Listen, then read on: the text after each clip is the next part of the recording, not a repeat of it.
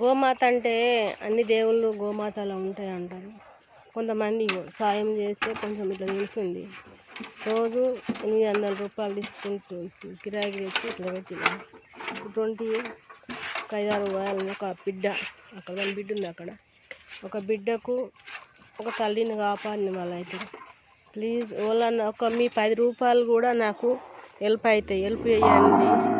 ఇవ్వాలనే నిలుస్తుంది. పిలిచి పెడితే నిలుస్తుంది. ప్లీజ్ అన్న వాళ్ళన్న ఒక మీకు పుట్టినరోజులు కానీ పెళ్లి రోజులు కానీ చేసుకుంటారు కదా, అందులో ఒక 10 రూపాయలు ఈ ఒక్క గోమాతకు సాయం చేస్తే దాని బిడ్డకు మీరు హెల్ప్ చేసిన వాళ్ళు అవుతారు.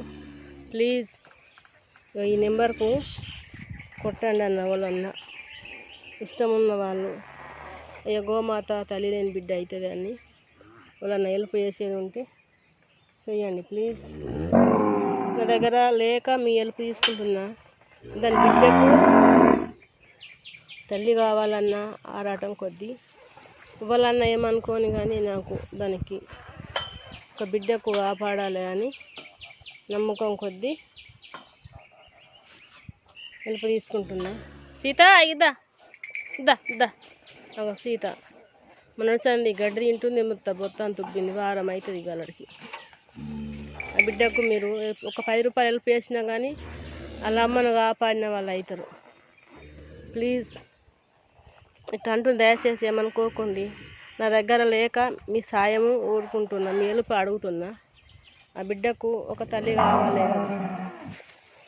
తల్లి కావాలంటే మందులు కావాలంటే నా దగ్గర సోమత లేదు.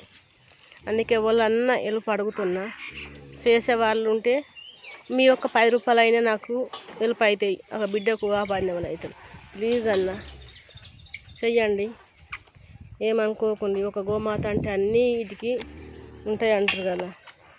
మీ దేవుళ్ళు నేను మీ సీతా మహాలక్ష్మిని. మన తప్పులు ఉంటే క్షమించండి.